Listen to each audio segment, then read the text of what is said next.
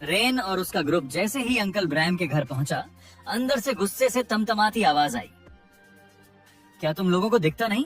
मेरा कमरा पहले से ही छोटा है और तुम सबने इसे भीड़ भाड़ वाला बाजार बना दिया। निकलो यहाँ से। मैं कोई मदद नहीं करने वाला। लेकिन इससे पहले कि कोई कुछ कहता, सैंट इसेरा आगे आई और नम्रता से बोली, प्लीज अंकल ब्रैम, हमारी बात सुनिए। ये हमारे यंग मास्टर रेन है। ये बाकी अमीरजादों जैसे नहीं है।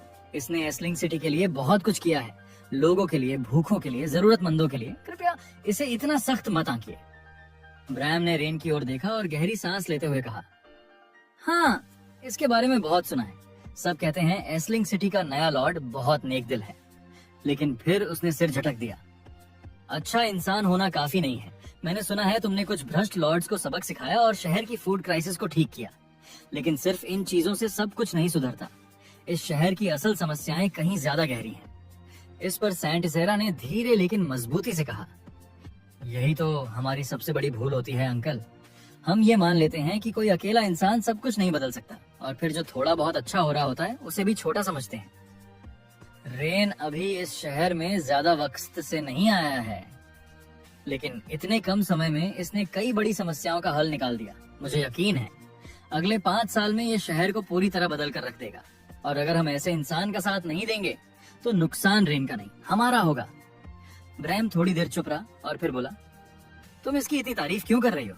ये सिर्फ वही कर रहा है जो एक लॉर्ड का फर्जन होता है। हर लॉर्ड को अपनी जनता का ध्यान रखना चाहिए। लेकिन इससे पहले जितने भी आए सब फेल हुए। मैं एक लोहार हूँ। मेरा काम लोहे से औजार बनाना न है, लोगों की जरूरतें पूरी करना है। जैसे मैं अपना काम करता हूँ वैसे ही एक लॉर्ड को भी करना चाहिए। इसमें कुछ महान नहीं है। रेन ने सिर झुकाकर शांति से जवाब दिया, आप बिल्कुल सही कह रहे हैं अंकल ब्रैम। एक लॉर्ड का काम है अपने लोगों की जिंदगी को बेहतर बनाना, उन्हें अच्छा खाना, अच्छे कपड़े देना, उनकी परेशानियों को समझना। और यही मैं करने की कोशिश कर रहा हूँ। और उसी वजह से मैं आज आपके पास आया हूँ, ताकि और भी ज्यादा कर सकूं। ब्रैम एक पल को चौंक गया। उसके मन में आया, मैंने कभी नहीं सोचा था कि कोई रॉयल ब्लड वाला मेरी बात मानेगा। मैंने इसकी तुलना लोहार से कर दी। सोचा ये नाराज होकर चला जाएगा, पर इसने तो मान लिया। क्या सच में अब लॉर्ड्स बदल रहे हैं? थोड़ी देर बाद उसने गंभीर लहजे में पूछा, तो बताओ तुम मुझसे बनवाना क्या चाहते हो? रेन बोला, क्या आपको याद है वो स्टीम इंजन जिस पर लीजल 15 साल पहले काम कर रही थी? मुझे उसी मशीन का गियर चाहिए ताकि मैं उसे पूरा कर सकूं। पिछली बार जो गियर पिघलाया गया उसके बाद अब सिर्फ आप ही हैं जो इसे फिर से बना सकते हैं। ये सुनते ही ब्रैम की आंखों में वही पुराना दर्द लौट आया। उसने ठंडी सांस ली और कहा, अगर तुम वही गियर मांगने आए हो तो सुन लो, तुम उसे नहीं पा सकते। मैंने कसम खाई है वो चीज मैं दोबारा कभी नहीं बनाऊंगा। रेन चौंक कर बोला, पर क्यों अंकल?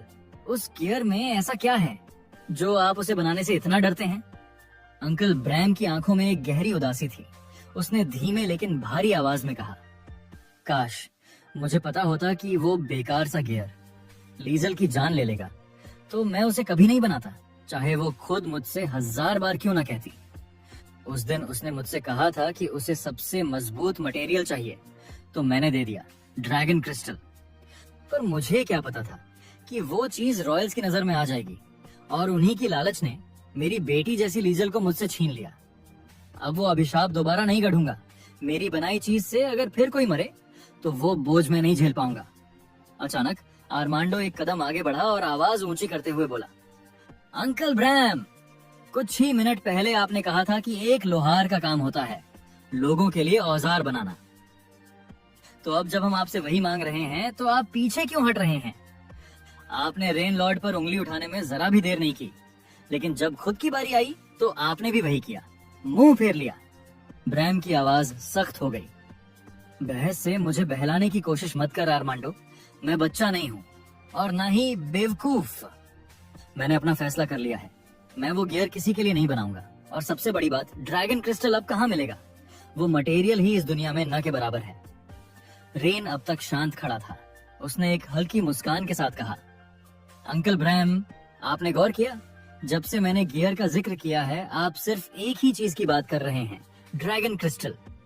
तो क्या आप ये कह रहे हैं कि वो मशीन सिर्फ तभी चलेगी जब उसमें वही खास मटेरियल लगा होगा?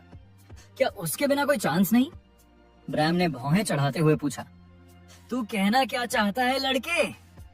रेन ने आत्मविश्वास से जवाब दिया, मैं ये कह रहा हूँ कि क्या हम आपकी असली ताकत, आपकी फोर्जिंग स्किल्स पर भरोसा नहीं कर सकते? क्या जरूरी है कि वो गियर हमेशा ड्रैगन क्रिस्टल से ही बने? क्या हम एक साधारण लेकिन मजबूत लोहे का इस्तेमाल नहीं कर सकते? आखिरकार गियर का काम मशीन को चलाना होता है, उसमें जान डालना। क्या उस काम में मटेरियल इतना फर्क डालता है? ब्राम नाराज हो गए।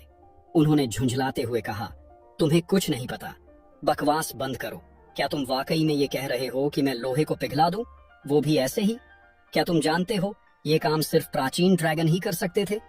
उन्होंने जोर देकर कहा, सिर्फ प्राचीन ड्रैगन ही इतने तापमान तक आग पहुंचा सकते थे कि लोहा पिघल सके। इस पूरे महाद्वीप में किसी के पास इतनी गर्मी पैदा करने की ताकत नहीं है। रेन सोच में पड़ गया। ब्राम असल में एंशिएंट ड्रैगन क्लैन की बात कर रहे थे। रेन को पता था कि ड्रैगन की आग बहुत ही भयानक गर्म होती है, शायद तभी वे आसानी से लोहा पिघला सकते थे। रेन ने स्वीकार किया कि ब्राम का फर्नेस सच में इतना गर्म नहीं हो सकता, तापमान काफी कम है। ब्राम ने भी दोहराया, ये सिर्फ मेरा फर्नेस नहीं, किसी के पास भी ऐसा फर्नेस नहीं है जो इतना तापमान बना सके। सुनो बच्चे, लोहा पिघलाना कोई मजाक नहीं है, ये काम छोड़ दो, ब्राम ने चेतावनी दी। रेन ने सिर हिलाया, आप सही हैं, अभी तक ऐसा कोई फर्नेस नहीं बना। फिर उसने चुनौती दी, लेकिन अगर मैं एक ऐसा फर्नेस बना दूं जो आसानी से लोहा पिघला सके, तो क्या आप लाइजल की मशीन के पार्ट्स बनाएंगे? ब्राम चौंक गए। क्या बक रहे हो तुम? अगर ऐसा फर्नेस बन गया तो ये फोर्जिंग की दुनिया में क्रांति होगी। हम वो सब बना सकते हैं जिसका हमने सिर्फ सपना देखा था। लेकिन फिर वो हंसे। तुम एक बच्चे हो और ऊपर से एक नोबल। नोबल्स को फोर्जिंग के बारे में क्या पता? ये सब तुम्हारे लिए बस ख्याली पुलाव है। रेन मुस्कुराया। फिर देखते हैं किसके शब्द खोखले हैं। उसने एक शर्त रखी, अगर मैं ऐसा फर्नेस बना दूं जो लोहा पिघला सके, तो क्या आप लाइसेल की मशीन के गियर्स बनाएंगे? ब्रैम ने गंभीर होकर कहा, तो बात यह है, ठीक है, अगर तुम ऐसा फर्नेस बना दो तो न सिर्फ मैं गियर्स बनाऊंगा, बल्कि जो भी पार्ट्स तुम्हें आगे चाहिए होंगे मैं खुद बनाऊंगा। लाइसेल की मशीन पूरी करने में मैं हर संभव मदद करूंगा। रेन के मन में आया, फर्नेस बनाना तो मेरे लिए आसान है। उसने मुस्कुराकर कहा, डन, अब बहुत जल्द तुम्हें तुम्हारा हाई क्वालिटी फर्नेस मिल जाएगा। जाते जाते ब्रैम ने चेतावनी दी, सुन लो बच्चा, अगर तुम फेल हुए तो फिर कभी यहाँ लौटकर मत आना, ये तुम्हारा आखिरी मौका है। रेन सोच में पड़ गया। लोहे को पिघलाने के लिए तापमान चाहिए होता है 1538 डिग्री सीसी। अभी का फर्नेस तो पास भी नहीं आता। अगर मुझे तापमान बढ़ाना है तो मुझे इसका डिजाइन ही बदलना होगा। रेन ने गौर किया कि फर्नेस के अंदर पर्याप्त ऑक्सीजन फ्लो की जगह नहीं है। मुझे एक सेकेंडरी ऑक्सीजन सप्लाई बनानी होगी जिससे हीट इफेक्ट बढ़े और तापमान दोगुना हो जाए। ये सोचकर रेन ने पास पड़ा एक हथौड़ा उठाया और फर्नेस पर वार करना शुरू कर दिया। सेरा और अरमांडो हैरान रह गए। यंग मास्टर ये क्या कर रहे हैं? वो ब्रैम अंकल का फर्नेस तोड़ रहे हैं। सेरा ने दौड़कर रेन को रोकने की कोशिश की। प्लीज यंग मास्टर, ऐसा मत कीजिए। ब्रैम अंकल को अगर पता चला कि आपने उनका फर्नेस तोड़ दिया है तो वो बहुत नाराज होंगे। अरमांडो भी घबरा गया। अंकल ब्रैम को उस फर्नेस से गहरा लगाव है। अगर आपने इसे तोड़ दिया तो वो हमारी कभी मदद नहीं करेंगे। रेन ने शांत स्वर में कहा, चिंता मत करो, मैं कुछ गलत नहीं कर रहा, बल्कि एक बड़ी चीज सही करने जा रहा हूँ। और फिर रेन ने फर्नेस में 2 नए छेद बना दिए। रेन ने फर्नेस की ओर इशारा करते हुए समझाया, अब इन 2 वेंट्स के जरिए ऑक्सीजन और हाइड्रोजन की सप्लाई पहले से कहीं ज्यादा बेहतर होगी। इससे फर्नेस की दहन क्षमता यानी कंबस्शन एफिशिएंसी बहुत बढ़ेगी। मुझे यकीन है तापमान 2 गुना तक बढ़ जाएगा और फिर हम लोहे को भी आराम से पिघला सकेंगे। सेरा अब भी उलझन में थी। यंग मास्टर, मुझे आपकी बातों का कुछ भी समझ नहीं आया। मैं बस इतना जानना चाहती हूँ, क्या ये वाकई काम करेगा? इतनी छोटी सी चीज से क्या सच में तापमान इतना बढ़ सकता है? रेन मुस्कुरा उठा। यही तो विज्ञान की खूबसूरती है सेरा, जो बदलाव बाहर से छोटा दिखता है वो अंदर से बहुत बड़ा असर डाल सकता है। बस देखती जाओ, ये फर्नेस कैसे लोहा पिघलाता है जैसे पहले कभी नहीं किया। उसी समय अंकल ब्राम लोहे का बोरा उठाए वहां पहुंचे। जैसे ही उनकी नजर बदले हुए फर्नेस पर पड़ी वो वहीं थम गए। तुमने ये क्या कर दिया? मेरा फर्नेस तोड़ दिया। तुम्हें अंदाजा भी है इसे बनाने में मैंने कितनी मेहनत की थी। मैंने अपनी आत्मा झोंक दी थी इसमें, और तुमने कुछ ही पलों में इसे बर्बाद कर दिया।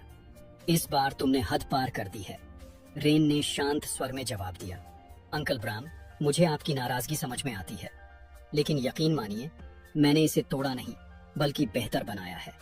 आप खुद देखिएगा अब ये फर्नेस किस तरह से लोहे को पिघलाता है। अंकल ब्राम गुस्से में फट पड़े। क्या तुम्हें लगता है फोर्जिंग कोई मजाक है? तुम मुझसे ज्यादा जानते हो क्या? पूरी जिंदगी मैंने इसी कला में गुजारी है, और मैं कह रहा हूँ तुमने मेरा फर्नेस बर्बाद कर दिया। लोहे को पिघलाना तो दूर, अब तो ये सामान्य चीजें भी नहीं पिघला पाएगा, और इन 2 छेदों से तापमान तो और गिर जाएगा। रेन ने धीरे से कहा, आपके पास लोहा है ना, तो एक बार आजमा कर देख लीजिए, इस्तेमाल कीजिए, खुद देखिए। जब तक कोशिश नहीं करेंगे तब तक पता कैसे चलेगा? काफी देर तक अंकल ब्राम चुप रहे, फिर बड़बड़ाए। ठीक है, बहुत ज्यादा जिद कर रहे हो, मुझे तो पता है सब बर्बाद हो चुका है, पर तुम्हें गलत साबित करने के लिए एक बार कोशिश कर लेता हूँ। ब्राम ने अनमने ढंग से लोहा फर्नेस में डाला। सभी लोगों ने सांस रोक कर देखा। कुछ ही पलों में अंकल ब्राम की आंखें हैरानी से फैल गईं। ये कैसे हो सकता है? ये फर्नेस सच में लोहा पिघला रहा है? सेंटा ने हैरानी से कहा। यंग मास्टर, आप पूरी तरह सही थे, ये फर्नेस वाकई में लोहे को पिघला रहा है। अरमांडो भी दंग था। ये तो अविश्वसनीय है। मैंने कभी नहीं सोचा था कि हम कभी लोहा पिघला पाएंगे। यंग मास्टर, रेन, आपने ऐसा क्या कर दिया? रेन ने अंकल ब्राम की ओर देखा और पूछा।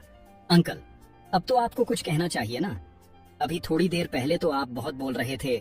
ब्राम चुप रहे, फिर धीरे से बोले, बच्चे, तुमने ये कैसे किया? सिर्फ 2 छेद बनाकर तुमने पूरी व्यवस्था ही बदल दी।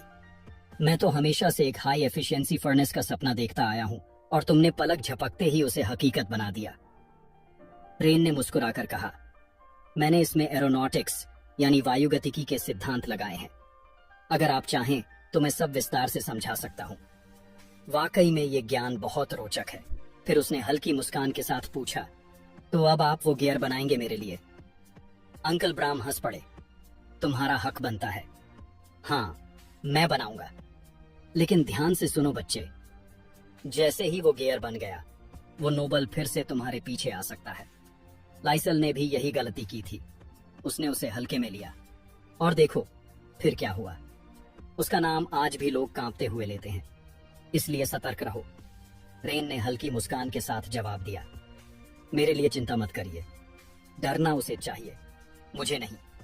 वो मेरे पास आए या ना आए, मैं तो उसके पास जरूर जाऊंगा, और जब जाऊंगा तो पूरी दुनिया को दिखाऊंगा कि उसने कितनी बड़ी भूल की थी। कुछ देर बाद रेन उस स्टीम इंजन के पास पहुंचा, हाथ में ब्राम द्वारा बनाए गए गियर के साथ। मन ही मन वो सोच रहा था, यही वो आखिरी टुकड़ा था जिसकी कमी से ये इंजन अब तक नहीं चल पाया। लेकिन अब ये इंजन जरूर चलेगा। उसने गर्व से घोषणा की, अब दुनिया तैयार हो जाए, क्योंकि इंडस्ट्रियल युग की शुरुआत होने वाली है। एक ऐसी दुनिया जहां लोग और भी सुखी और बेहतर जीवन जिएंगे। लिया गियर को ध्यान से देखते हुए बोली, ये गियर मजबूत तो लग रहा है, लेकिन ये बहुत छोटा भी है। स्टीम इंजन तो विशाल है, क्या इतना छोटा गियर उसे संभाल पाएगा? उसने चिंता जताई। अगर ये अंदर टूट गया तो बहुत नुकसान हो सकता है, खासकर तब जब आप पास ही खड़े होंगे।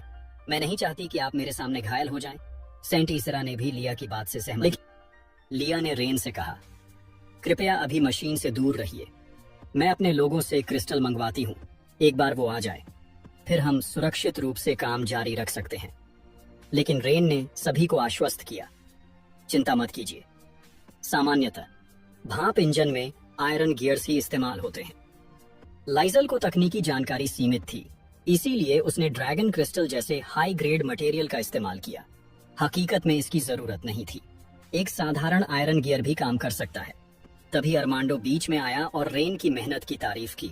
तुमने जो किया है वो काबिले तारीफ है, लेकिन मेरी मास्टर के खिलाफ कुछ मत कहना। ये मशीन उन्होंने बनाई थी, उनके ज्ञान पर सवाल उठाना ठीक नहीं।